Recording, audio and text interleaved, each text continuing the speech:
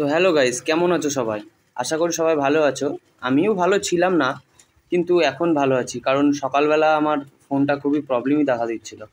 তাই জন্য আর এখন তো এমনি এমনিই ফোনটা ঠিক হয়ে গেছে, তো কপালটাই আমার ভালো। তো দেখতেই পাচ্ছ যে আমাদের চারিদিকে এত বৃষ্টি হয়েছে, জল জমে গেছে। আর কি একটু জল হলেই বাড়িতেই জল উঠে যাবে। কেননা দেখতেই পাচ্ছ পুরোটাই প্রায় ভেসে গেছে। আর জলটা দেখছো না, সবুজ সবুজ হয়ে গেছে কেমন একটা, কারণ আগের জলটা খুবই ভালো ছিল। সবাই স্নান করতো এই জলে, কিন্তু এখন স্নান করতে গেলে সবাই ভয় পায়, কারণ জলটা এতটাই সবুজ হয়ে গেছে যে স্নান করারও উপযুক্ত না। তাই এখন কেউ স্নান করে কিনা জানি না, বেশিরভাগ লোকই এখনও স্নান করে। সকালবেলা কাজে গেছিলাম ঠিকই, কিন্তু ভিডিওটা অন করতে পারিনি, কারণ ফোনটা প্রবলেম দেখা দিচ্ছিলো। তাই পাড়ার দিকে বেরিয়ে বিকালবেলা দেখলাম দোকানের দিকে বসে সবাই গেম খেলছে, তো আমিও গিয়ে একটু বসে ওদের সাথে আড্ডা মারলাম। দেখতেই পাচ্ছ সবাই কেমন পাকা মারছে আমার সাথে। তো ওখান দিয়ে চলে আসলাম আমার একটা বন্ধুর বাড়িতে ফোন করেছিল ঘুরতে যাবে, তাই তাই টোটোতে বসেই ছিলাম। সবার আগে জায়গা বুকিং করেছি আমি, কেননা ঘুরতে যাব, আলাদাই একটা ফিলিং। তবুও জিজ্ঞাসা করলাম যে সবাই ঘুরতে যাবে কি না, আগে জিজ্ঞাসা কর। তখন সবাইকে ফোন করলো, সবাই বলে কেউ ঘুরতে যাবে না আজকে। যদিও বা একটু মেঘলা মেঘলা ওয়েদার ছিল, তা ঘুরতে গেলে সত্যি খুবই ভালো হতো, কিন্তু কেউ ঘুরতে গেল না, আর কী করবো বলো। তাই ওখান দিয়ে টানা চলে আসলাম পাড়ার দিকে এসে রাস্তায় হাঁটতে হাঁটতে একটা ভাইয়ের সাথেও দেখা হলো।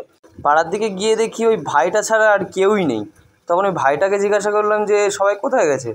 ও বললো যে সবাই ওই মাঠের দিকে গেছে, মানে পুরনো বাড়ি, আমাদের এখানে একটা পুরনো বাড়ি ছিল, সবাই পুরনো বাড়ি। তো পুরনো বাড়ির সামনে গিয়ে দেখি সবাই ঘুড়ি ওড়াচ্ছে।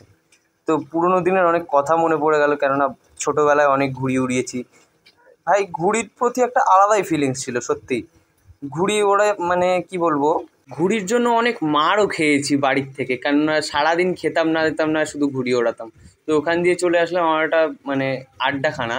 এখানে একটা আড্ডাখানা বসে, তো ওখানে দেখলাম সবাই লুডো খেলছে, মানে ওই জন্য পাড়াতে কেউ ছিল না। তো ওখান দিয়ে ডিসিশন ফাইনাল হলো যে একজনের ফোন কিনতে যাবে, একটা দাদার। তো আমি ভাবছিলাম যে যাবো কি যাবো না, যাবো কি যাবো না, তার মধ্যেই দেখি হঠাৎ বাইক নিয়েও চলে এসছে। তাই আমিও কোনো চিন্তা ভাবনা না করে তুরন্ত বাইকে উঠে গেলাম। বাইকে ওঠার পর বাইকটা চালা শুরু করলো। তো আমিও ব্লগটা কন্টিনিউ করে গেলাম। তারপরে ওখান দিয়ে সোজা চলে গেলাম ফোন কিনতে। তো রাস্তা দিয়ে যেতে যেতে যেতে যেতে দেখলাম যে আজকে মেঘলা মেঘলা করছে, বৃষ্টিও হতে পারে। তো আমি বললাম যে তাড়াতাড়ি চ, বৃষ্টি আসবে, সকাল সকাল বাড়িতে আসবো। ওখান দিয়ে পৌঁছে গেলাম আমরা টানা আমাদের দত্তপুকুরে, ওখানে ভিভোর একটা শোরুমে। তো ভিভোর শোরুমে গিয়ে আমরা অপেক্ষা করছি, আর ও চলে গেছে আমাদেরকে লাবিয়ে বাইকে তেল ভরতে, কেননা ও ফোন কিনবে আর ওই বাইকে তেল ভরতে গেছে আমাদেরকে লাবিয়ে দিয়ে। তো আমরা দোকানে ঢুকে কী করবো, ও আসবে তারপরে। তো দোকানে ঢোকার পর দেখলাম দাদা অনেকটা ফোন দেখালো, অনেক কটা।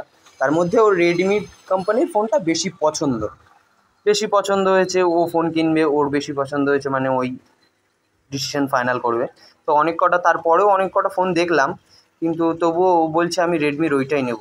তো তারপরে ফাইনাল করলাম অন্য একটা দোকানে গিয়ে, কেননা ওই দোকানটায় এত বাজেট বলছিল যে ওর বাজেটে আসছিল না। তাই অন্য একটা দোকানে গিয়ে রেডমির ওই ফোনটাই ফাইনাল করলাম, এবং দাদা বিল বানাচ্ছে। আর যাকে আগে দেখালাম সে ফোন কিনবে, আর আমি ওখানে বসে শুধু আড্ডা মারছি আর টাকার গন্ধ শুকছি। কেননা ভাই, টাকার গন্ধ হচ্ছে দুনিয়ার সবচেয়ে সুগন্ধ জিনিস। মানে ওর ওর ওর মতো কিছুই নেই। তারপরে একটা ডেমো ফোন নিয়ে আমিও দেখছিলাম যে আদৌ আমাকে ভালো লাগে কিনা। আমিও পরবর্তীকালে এরকম একটা ফোন কিনবো। তো এই ফোনটা লাস্ট ফাইনাল হলো। তারপরে আমি ফোনটা ভালো করে দেখে নিলাম এবং বুঝে নিলাম যে আদৌ 5G কানেক্টেড হবে কিনা। 5G ফোন, 5G কানেক্টেড না হলে আবার প্রবলেম। তো আজ পর্যন্ত এই পর্যন্তই, দেখা হচ্ছে নেক্সট ব্লগে। বাই।